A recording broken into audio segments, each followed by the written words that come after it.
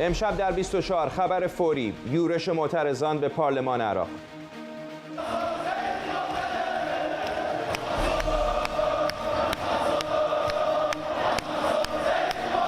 طرفداران مقتدا صدر علیه ایران و محمد السودانی نامزد مورد حمایت تهران شعار دادند.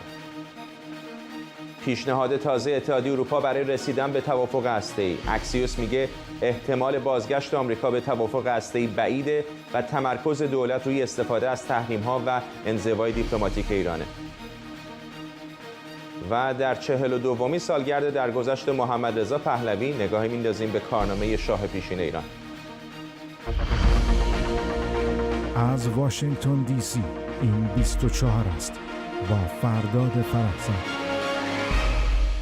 3:30 بعد از ظهر اینجا در واشنگتن، نیمه شب در تهران و 10:30 شب در بغداد، جایی که از ساعتی پیش جمعیت قابل توجهی از معترضان عراقی به ساختمان پارلمان کشور در منطقه سبز بغداد حمله کردند. اونها علیه محمد شیاع السودانی نامزد پست نخست وزیری عراق و مداخله ایران در امور سیاسی این کشور شعار دادند. آقای السودانی مورد حمایت گروه‌های نیابتی ایرانه.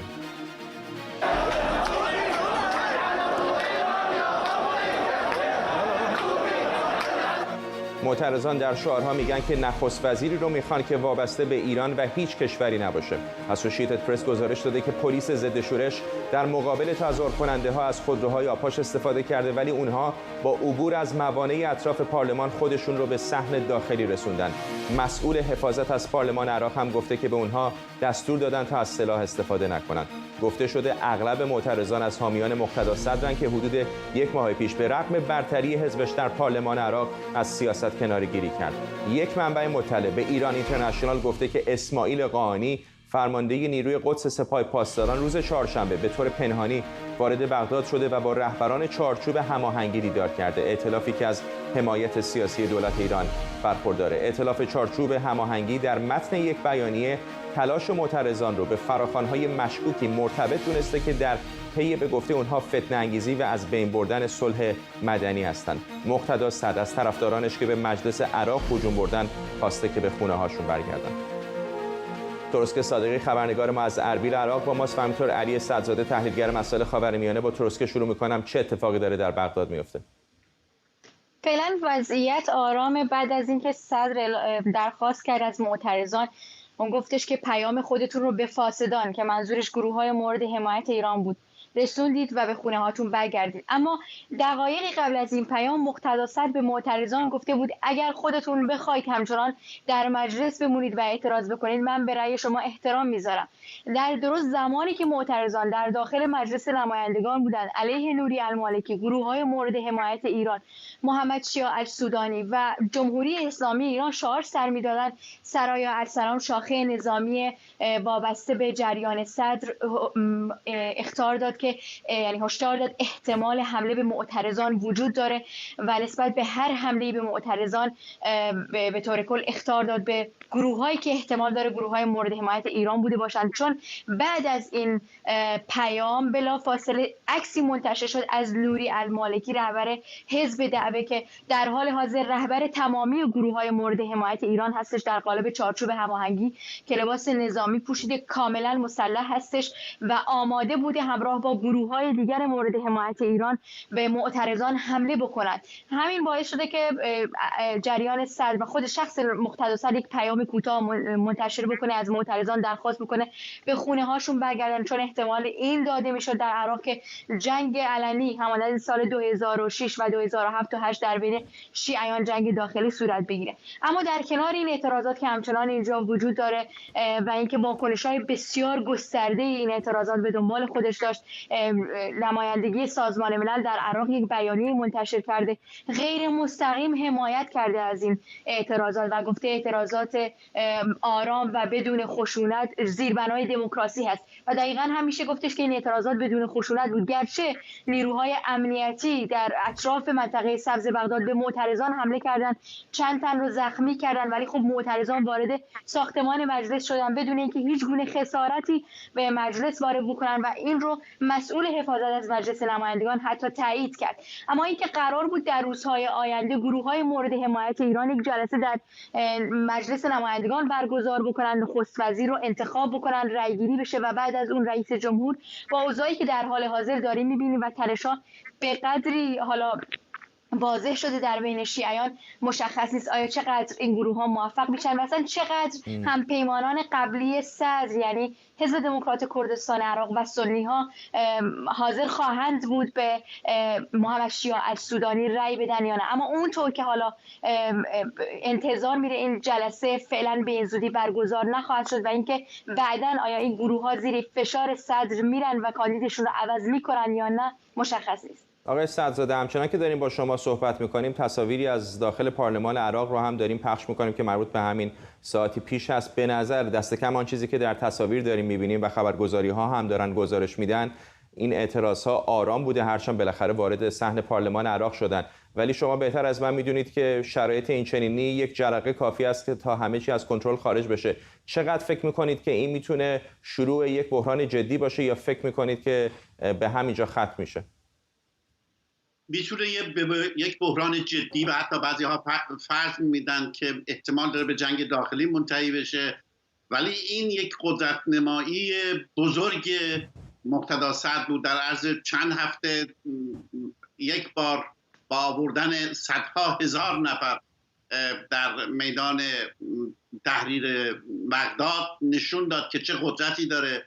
حالا هم اسم رفتن این طرفداران خودش به مجلس گذاشته انقلاب محرم. میدونید که در ماه محرم داریم زندگی میکنیم و ازشون خواسته که حالا برگردید و میدونید که با یک توییت اینا برمیگردن، ولی نشونم داد که حاضر نیست به هیچ وجه برنامه گروه هماهنگی شیعیانی که طرفدار ایران هست بپذیره. چون این آقای شیعه سودانی یکی از نزدیکان مهم آقای مالکی هست و مالکی مالکی و صدر با همدیگه دشمنی عجیبی دارن. همینطور که میدونید حدود 2 هفته قبل یک فایل صوتی منتشر شد که آقای مالکی با لحن بسیار بدی به صدر توهین میکرد، فحش میداد و حتی میگفتش که حاضریم بجنگیم با صدر و از اون به بعد حتی بعضی ها میگفتن که مالکی عراق رو از ترس این که دادگاه تشکیل بشه ترک کرد رفته عمان، ولی الان خبرنگارتون خانم تورسکی گفتن که نخیر برگشته و ظاهراً به صورت حالت مسلحانه و یا لباس مسلحانه در بین طرفدارانش است. شرایط بسیار بسیار خطرناکی است در عراق. احتمالاً این ارزیابی من ممکنه آقای مقتدا صدر در پی این باشد که انتخابات جدیدی برگزار بکنه، چون تا به حال تمام سعیش برای تشکیل یک حکومت ملی با اون تعریفی که خودش ازش میکنه که همه گروه ها صرف نظر از وابستگی طایفیشون بیان و در این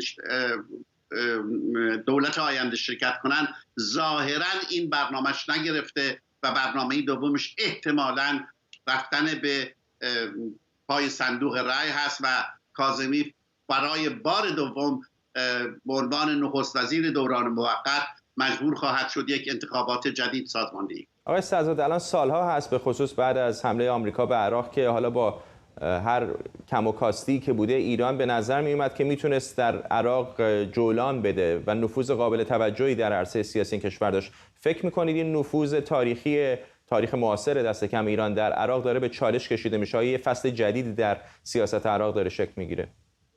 به طور یقین افول کرده نفوذ ایران. حتی این مسافرت آقای قاآنی هم که گویا در چهارشنبه انجام شده چندان تأثیری نداشته. اصولا بعد از قتل سلیمانی دیگه اون نفوذ نیروهای قدس به اون اندازه نیست. نیروهای ایران کمتر شده.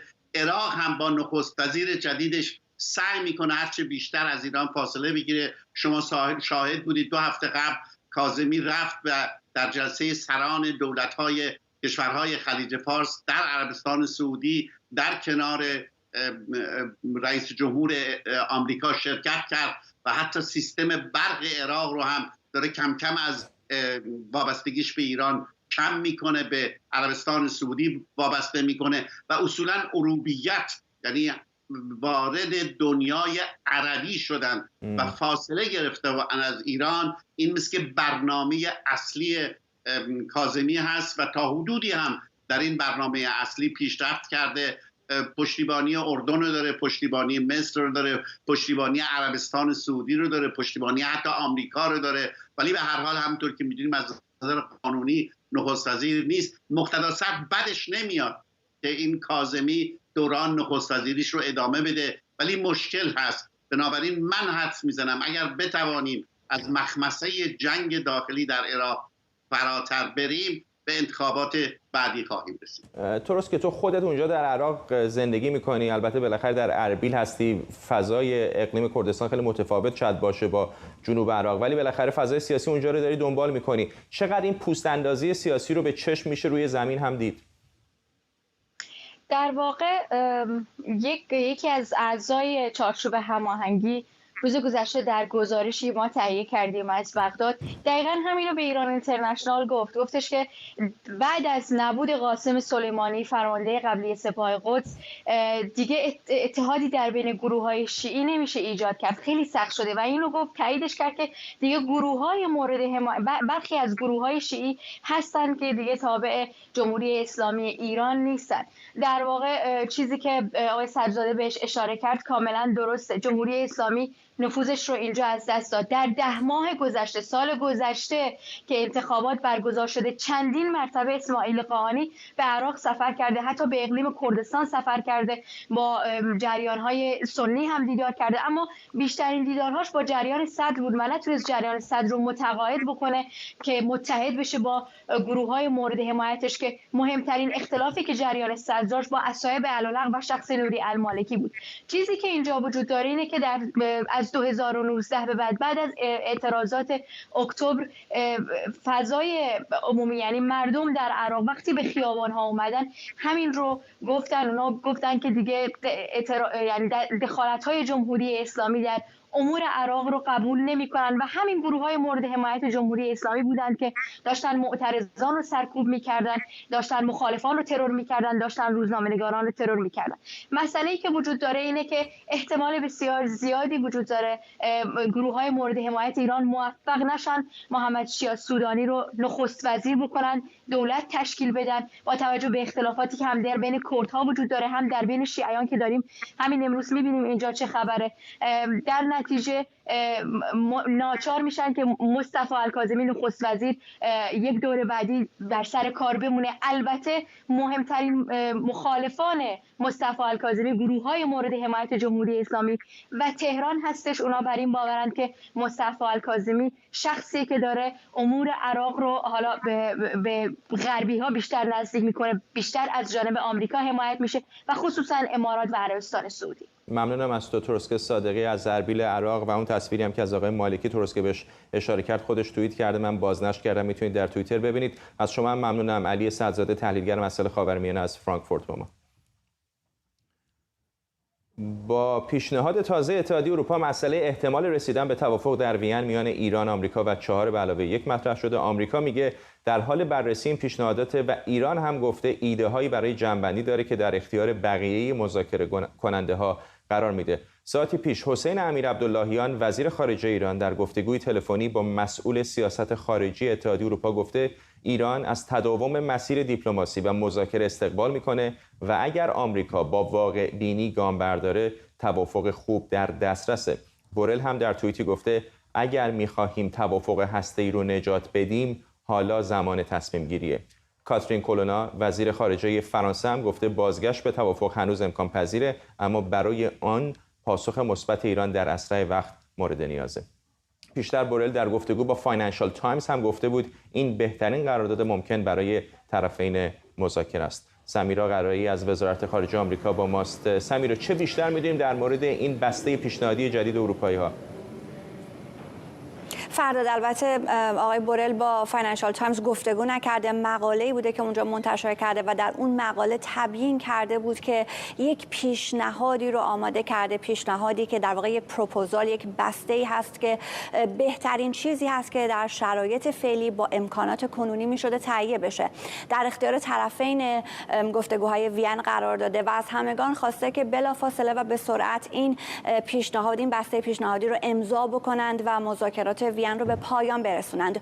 ایران از یک طرف میگه در حال بررسی این پیشنهادات هست. آقای علی باقری کنی توییت کرده بود. از اون طرف از طرف آمریکا نت پرایس سخنگوی امور خارجه روز گذشته اعلام کرد که این بسته پیشنهادی رو دریافت کرده، داره اون رو بررسی میکنه و به سرعت نظر خودش رو به شکل مستقیم به اتحادیه اروپا اعلام خواهد کرد. این صحبت‌هایی که راجع به این بسته پیشنهادی میشه حد زده میشه یکی از مواردی که در پروپوزال آقای بورل آمده در رابطه با مسئله تضمین‌ها باشه، چرا که در مقاله خودش برای فاینانشال تایمز به این نکته اشاره میکنه که اون چه که او تهیه کرده ایمن‌تر هست اگر یکی از طرف‌های مذاکرات بخواد به شکل یک جانبه بیاد بیرون و این توافق یک تمهیداتی اندیشیده شده که از این توافق بشه حمایت کرد. پس اینها تا اینجا در رابطه با بسته پیشنهادی اتحادیه اروپا است. اما آکسیوس ساعتی پیش یک گزارشی منتشر کرد به قلم باراک راوید. آقای راوید صحبت کرده با تعدادی از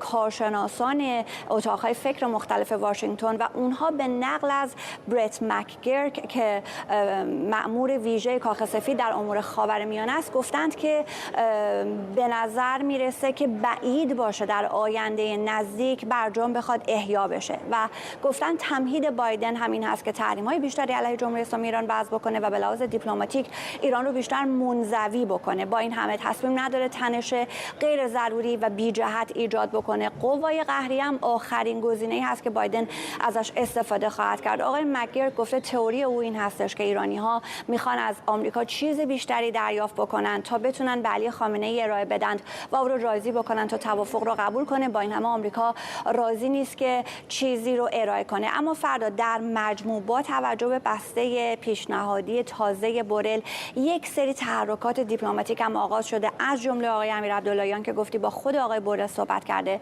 آقای امیرعبداللهیان با همتای عمانی خودش صحبت کرده. رابرت ملی با او هم با وزیر امور خارجه عمان صحبت کرده. این تحولات تازه رو ما داریم و در عین حال امروز هم خبر آزادی مراد طاهباز رو شنیدیم از زندان. در خانه است، الان با پایبند الکترونیکی در خانه است. وثیقه پرداخت شده برای آزادی او. حدس زده میشه که عمان ممکنه نظیر سارا شورت که در دوران احمدی نژاد در زندان بود و عمان وثیقه او را پرداخت کرد و آزاد شد، ممکنه عمان در پشت آزادی احتمالی آقای طاهباز باشه. ممنونم از تو سمیرا قرایی از وزارت خارجه آمریکا همینجا در واشنگتن دی سی.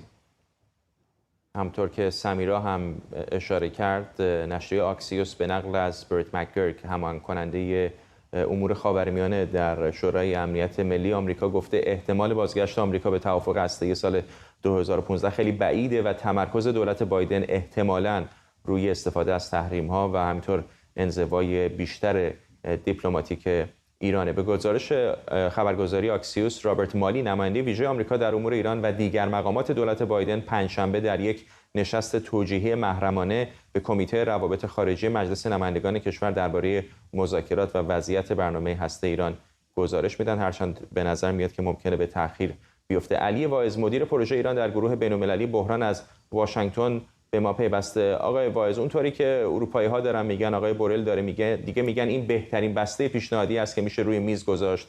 فکر میکنید آیا این میتونه ختم به یک توافق بشه؟ بسیار بعید میدونم. ببینید پیشنهادی که آقای بورل روی میز گذاشتن چندان متفاوت نیست با پیشنهادی که در اسفند ماه گذشته روی میز بود در وین. دارای چند تغییر حاشیه‌ای هست و فکر میکنم بسیاری از اون مواردی که در واقع خواسته های اصلی ایران هستن رو در بر نخواهد گرفت، از جمله بحث تضمین‌ها یا بحث خارج کردن شرکت‌های وابسته به سپاه از لیست تحریم‌های. آقای واعظ، ما جزئیاتش رو دقیقاً نمیدونیم، ولی شنیدم که بحثی بوده در مورد تضمین‌ها، یک مکانیزمی ظاهراً اروپایی‌ها در نظر گرفتن. خیر، تا جایی که من مطلع هستم هیچ تضمینی که به معنای واقعی کلمه بحث تضمین اقتصادی یا حقوقی باشه در توافق وجود نداره. تضمین سیاسی بله، و حتی از قول رئیس جمهور آمریکا همونطور که خود آقای بورل هم در مقالهشون اشاره کردن، در زبانی که استفاده شده در توافق بهش اشاره شده، در متن هست، ولی تضمین اقتصادی به معنای واقعی کلمه نه ممکن هست و نه اینکه الان به ایران ارائه شده. چه گام بعدی میتونن آمریکایی‌ها بردارن اگر، و طبیعتاً سمت ایرانی، اگر این توافقی که به نظر میاد دیگه آخرین گزینه پیش رو هست رو هم نپذیرن؟ مرحله بعدی چیه؟ ببینید، به هر حال دو طرف آمادگی این که بخوان اعلام شکست در مذاکرات بکنن رو ندارن، به دلایل مختلف. از طرف ایران بیشتر دلیل اقتصادی است و همچنین اینکه ایران خواستار این نیست که دوباره در شرایطی قرار بگیره که یک بار دیگه به عنوان یک کشور یاغی تحت فصل 7 منشور سازمان ملل مورد تحریم قرار بگیره. و از طرف آمریکا و اروپا هم با توجه به بحران اوکراین در شرایط فعلی نمیخوان که با یک بحرانی در خاورمیانه دست به گریبان بشن و بنابراین اعلام شکست بعید میدونم که ببینیم، ولی در واقع و در عملا مذاکرات شکست خورده هست. گام بعدی برای آمریکا گامی است که شروع کرده همین الان هم، یعنی افزایش فشار تحریم ها بر ایران و خب مسلماً از طرف ایران هم مقابله به مثل و افزایش فعالیت های هسته‌ای خواهد بود. فکر می‌کنم با نزدیک شدن به ماه سپتامبر که در اون مجمع عمومی سازمان ملل در نیویورک خواهد بود، احتمالاً بحث‌ها در مورد یک توافق موقت یا جزئی‌تر که فقط بتونه جلوی در واقع افزایش دامنه بحران رو بگیره به بحث گذاشته خواهد شد، ولی حتی در اون مورد هم نمیشه چندان خوشبین بود با توجه به سطح توقعات طرفین که همچنان بسیار با هم دیگه متفاوت است. آقای واعظ، آقای مالی همین یه مدت پیش با CNN مصاحبه کرده بود و حرف از ضرب العجل شد در اون مصاحبه. او اشاره به زمان خاصی نکرد، ولی گفت تا ابد هم نمیتونه ادامه پیدا بکنه. به گمان شما آیا واقعا در ذهن مقامات آمریکایی و احیانا ایرانی ها یک خط پایانی وجود داره که تا فلان روز، تا فلان ماه، تا فلان سال به این مذاکرات با علیرغم همه مشکلات پیش رو ادامه میدیم و بعد اونجا دیگه بالاخره اعلام پایان یا حالا به قول شما شکست میکنیم؟ نه، فکر نمی کنم. همونطور که عرض کردم به علت وقایعی که در اوکراین اتفاق افتاده فکر نمی کنم که واقعا دولت آمریکا بخواد از ضرب العجل مشخصی صحبت بکنه. البته یک واقعیت سیاسی وجود داره، اون همین هست که با نزدیک شدن انتخابات میان دوره کنگره، به هر حال چون میدونید که توافق با ایران باید در کنگره هم مورد بحث قرار بگیره و به هر حال ما وارد یک فضای انتخاباتی سیاسی به شدت سیاسی خواهیم شد در چند ماه آینده. اگر توافق ظرف همین یکی دو هفته آینده نهایی نشه، به احتمال قریب به یقین آقای بایدن ترجیح خواهد داد که این کار رو موکول بکنه به بعد از انتخابات میان دوره کنگره. ولی اگر دموکرات‌ها در این انتخابات بازنده بشن که احتمالش بسیار زیاد هست، اون وقت فکر می‌کنم از طرف ایران هم شاید انگیزه چندان زیادی برای اینکه مذاکرات رو بخوان با دولت بایدن در 2 سال باقی مونده از اون ادامه بدن وجود نداشته باشه و بنابراین تا پایان سال که قطعاً من فکر می‌کنم برجام رو باید تمام شده تصور کرد، حتی اگر طرفین مجددا تصمیم بگیرن در این زمینه اقدام خاصی نکنن و یا اعلامش نکنن. آقای واعظ، چراغ اتاقتون خاموش شد. من دیگه از شما خداحافظی میکنم. ممنونم. علی واعظ، مدیر پروژه ایران در گروه بین‌المللی بحران از واشنگتن بود. بیش از 4 دهه از مرگ محمد رضا پهلوی آخرین شاه ایران گذشته. در این سالها قضاوت درباره کارنامه حکومت پهلوی و اقداماتش همیشه متناقض بود، اما به نظر میرسه که حداقل در میان بخشی از مردم مدت هاست که از حکومت پهلوی اعاده حیثیت شده. چنانچه در تجمع‌های اعتراضی این سالها گاهی شعارهایی در ستایش حکومت پهلوی هم شنیده میشه. امروز قضاوت بسیاری از مردم ایران درباره گذشته تغییر کرده، اما 40 و چند سال پیش و بعد از انقلاب سفید گرچه شاه امیدوار بود، اما بسیاری از مردم ناراضی بودند. امروز را که گرامی می‌داریم، پایه‌گذاری ایرانی است که به خواست خداوند دیگر در تاریخش دوره انحطاطی پیدا نخواهد شد. به مناسبت سالگرد درگذشت آخرین شاه ایران کارنامه او رو امشب بررسی میکنیم. اینجا در استودیو همکارم مراد ویسی به ما پیوسته و جمشید برزگر روزنامه‌نگار هم از لندن با ماست. با همکارم مراد ویسی شروع میکنم. نزدیک نیم قرن دیگه، حالا یکم کمتر، 4 دهه از پایان زمامداری و بعد مرگ شاه ایران میگذره. چرا اینقدر به نظرت همچنان در عرصه سیاسی ایران اسم او همچنان باقی است؟ چه مخالفانش چه موافقانش بالاخره زنده هست در فضای سیاسی ایران؟ 42 سال پیش شاه درگذشت، ولی بعد از 42 سال هنوز یکی از محبوب ترین و یکی از مهمترین بازیگرای سیاست ایرانه. و جالب اینه که پدرش رضا شاه محبوب تر از خودشه که 80 سال پیش مرده. دلیلش چی میتونه باشه؟ دلیلش مشخصه. مردم در هر عصری قضاوت خاص خودشونو دارن. بخش قابل ملاحظه از مردم ایران سال 57 نه تنها میخواستن شاه برکنار بشه، حتی مرگشو میخواستن. مرگ بر شاه یکی از شعارهای کلیدی انقلاب.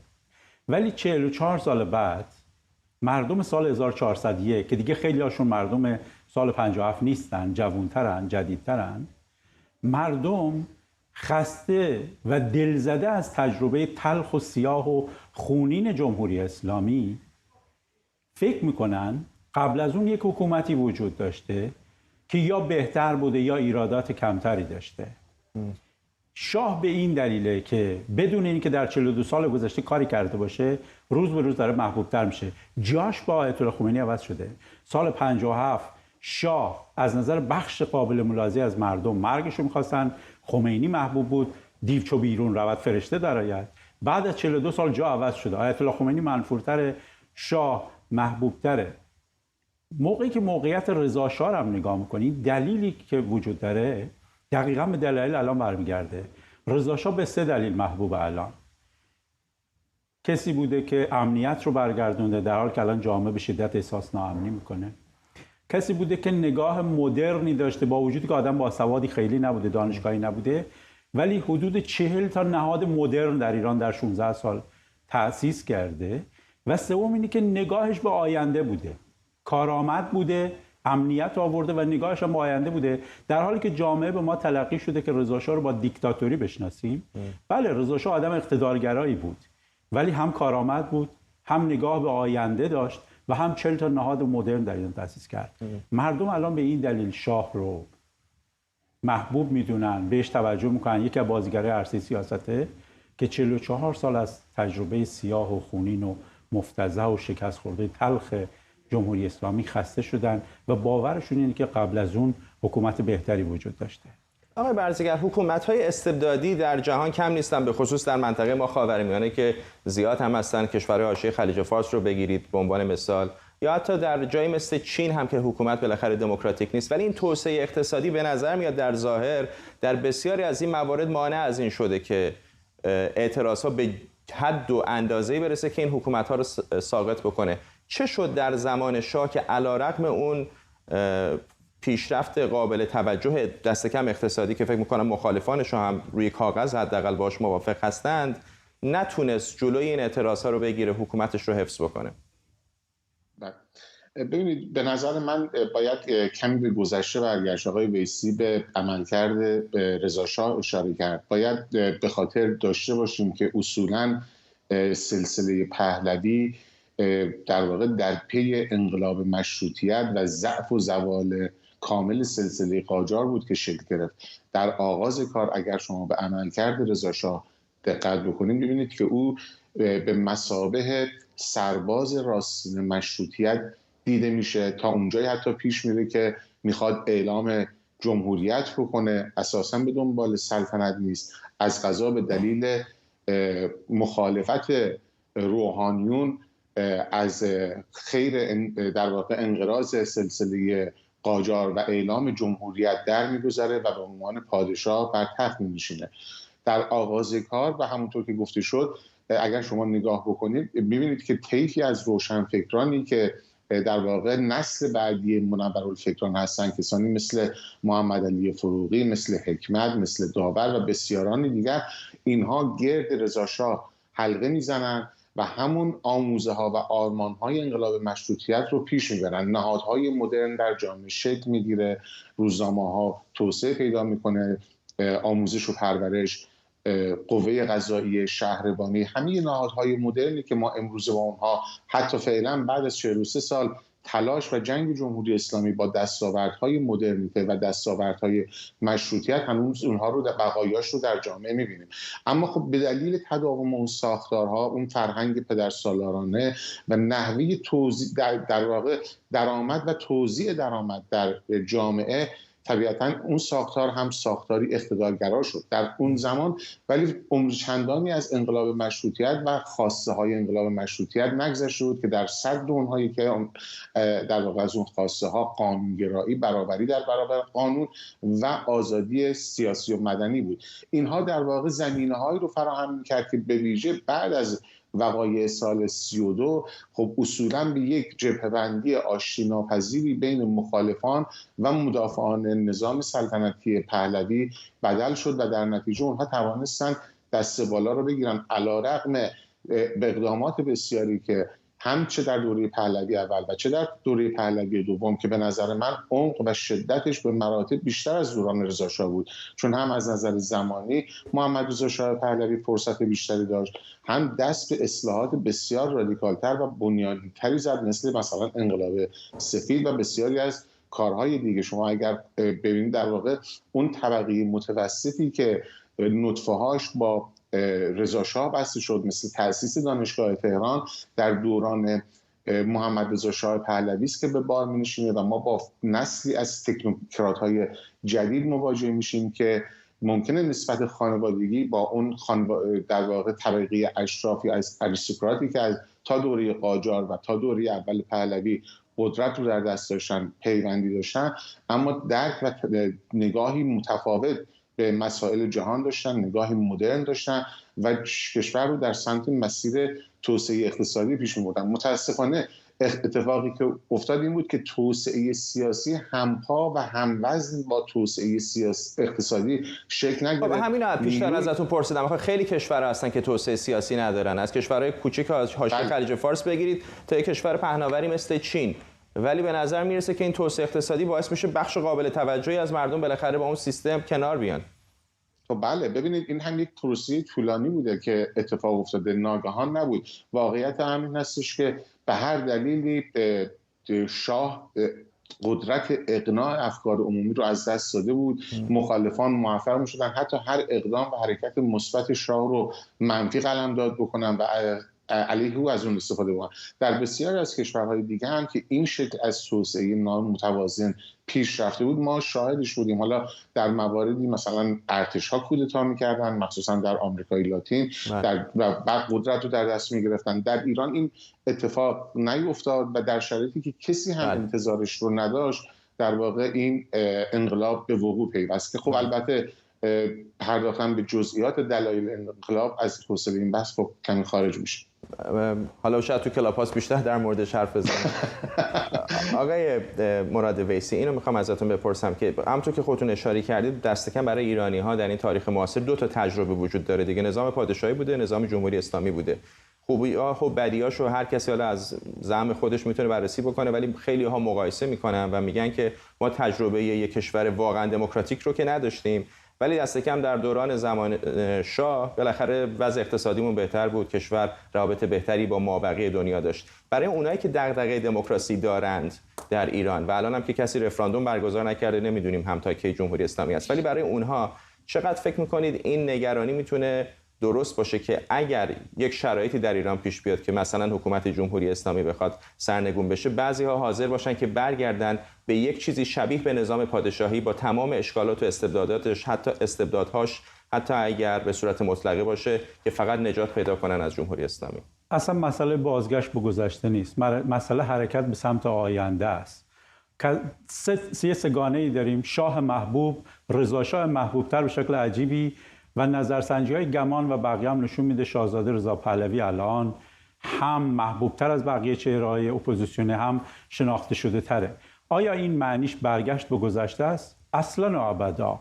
معنیش اینه که حتی در گفتاری که از شاهزاده رضا پهلوی از شما میتونید ببینید، معنیش اینه نقاط قوت گذشته رو بگیریم، از جمله توسعه اقتصادی، از جمله جایگاه خوب در منطقه، بیایم با الزامات امروز که دموکراسی و حکومت مردم ادغامش کنیم و دست جمعی کمک کنیم از این شرایط، یعنی جمهوری اسلامی، عبور کنیم به سمت آینده‌ای که مبناش حکومت مردمه، نه حکومت فردی. زمان انقلاب در مورد جمهوری اسلامی هم همین تصور مگه وجود نداشت که مثلا از این روحانیت و اسلام استفاده می‌کنیم به دموکراسی میریم، ولی برگشتیم به عقب در خیلی زمینه‌ها. تضمینش چیه؟ تضمینش اینه که اولا که خودش آزاد رضا پهلوی هیچ وقت از بازگشت به سلطنت یا حکومت فردی صحبت نکرده. تضمینش اینه که این حرکت جمعیه.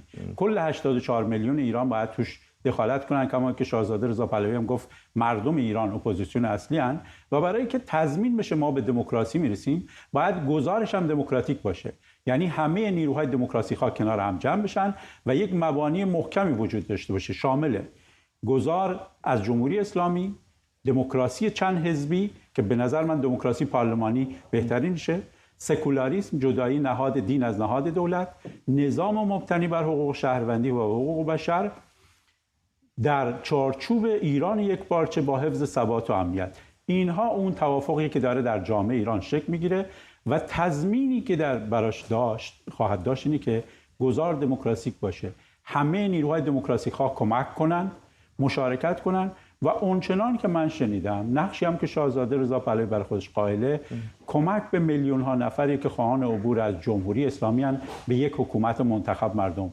بحث بازگشت به گذشته نیست، بحث استفاده از نقاط قوت گذشته ولی قابل درک اونایی که نگران بازگشت به گذشته هستن. بالاخره آقای رضا پهلوی اسم خاندان پهلوی رو داره هم میکنه دیگه. بله، ولی راهش اینه که همه نیروهای دموکراسی خواه هر کدومشون یه گوشه کار رو بردارن، مشارکت جمعی باشه، رهبری جمعی باشه، بر اساس خرد جمعی و شهروندی که مسئولیت پذیره خودش هم مسئولیت بپذیره بیاد وسط و عواملی رو که عرض کردم در یک توافق ملی کمک کنن که عبور بشه از جمهوری اسلامی و من فکر می‌کنم این عبور شدنیه و رسیدن به دموکراسی هم شدنیه. ممنونم از هر دو شما آقایان. مراد ویسی همکارم اینجا در استودیو و جمشید ورزگر تحلیلگر مسائل ایران و همکار قدیمیم از لندن. امیدوارم این بحث رو بتونیم در جای دیگری مثل کلاب هاوس ادامه بدیم. ممنونم از هر دو شما. منابع مطلع به واشنگتن پست گفتن وزارت دادگستری آمریکا مشغول تحقیق و بررسی درباره اقدامات دونالد ترامپ و تلاش او برای لغو نتایج انتخابات سال 2020 شده. به گفته این منابع طی روزهای اخیر دادستان‌ها تحقیقات مفصلی از 2 دستیار ارشد مایک پنس معاون پیشین ترامپ کردند. به نوشته واشنگتن پست علاوه بر این تماس‌ها دیدارهای ترامپ در 2 ماه آخر ریاست جمهوریش هم زیر ذره‌بین بازرسان وزارت دادگستری در این تحقیقات قرار گرفته. همزمان با وزارت دادگستری کمیته 6 ژانویه مشغول بررسی حمله طرفداران دونالد ترامپ به ساختمان کنگره آمریکاست. آرش آرامش حقوقدان و کارشناس امنیت ملی از لس آنجلس با ماست. آقای آرامش، قبلا هم در این مورد بارها با هم صحبت کردیم. چقدر به نظر شما این احتمال وجود داره که وزارت دادگستری آمریکا پرونده کیفری علیه آقای ترامپ باز بکنه در شرایطی که بسیار این احتمال جدی وجود داره که او بخواد نامزدیش رو اعلام بکنه؟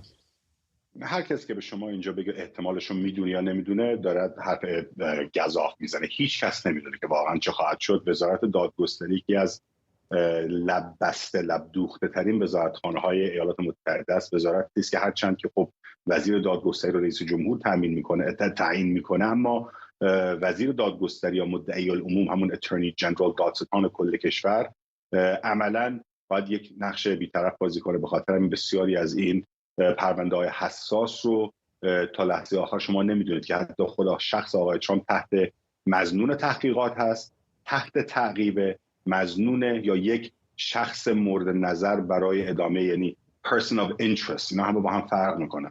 نکته دوم، بر اساس اون چیزی که الان شواهد و مدارک نشان میدهد، اون چیزی که قبلا دادستان کل کشور مریک گارلند گفته بود، میگفت باید خب از پایین شروع کنیم برسیم به بالا. شواهد و مدارک رو از آنهایی که اول در زمین شورش کردن، آنهایی که رفتن تعدی کردن و دست درازی کردن به کنگره این کشور، بعد بیایم لول بعدی اونهایی که این رو نقشه کشیش کردن، بیایم لول بعدی آنهایی که در طراحی نقشه به اینها کمک دادن و لول آخر مسئله مدیریت و رهبریت این قضیه از لحاظ سیاسی بود که الان دیدیم که رسیدیم به افرادی مثل رئیس دفتر ترامپ و افراد بسیار زیادی که در کاخ سفید هستن. نکته خیلی مهمی رو عرض کنم جناب آقای پرستار، اونایی که فکر میکنن این صرفاً قضیه سیاسی است، البته میدونیم که آقای مکارتی رهبر جمهوری خواه نگذاشت جمهوری خواه بیان و عضو این کمیته بشن، ولی 2 جمهوری خواه هستن از این 9 عضو، 7 دموکرات دارد، 2 عضو جمهوری خواه، آقای کنزینگر از ایالت ایلینوی و خانم چینی، دختر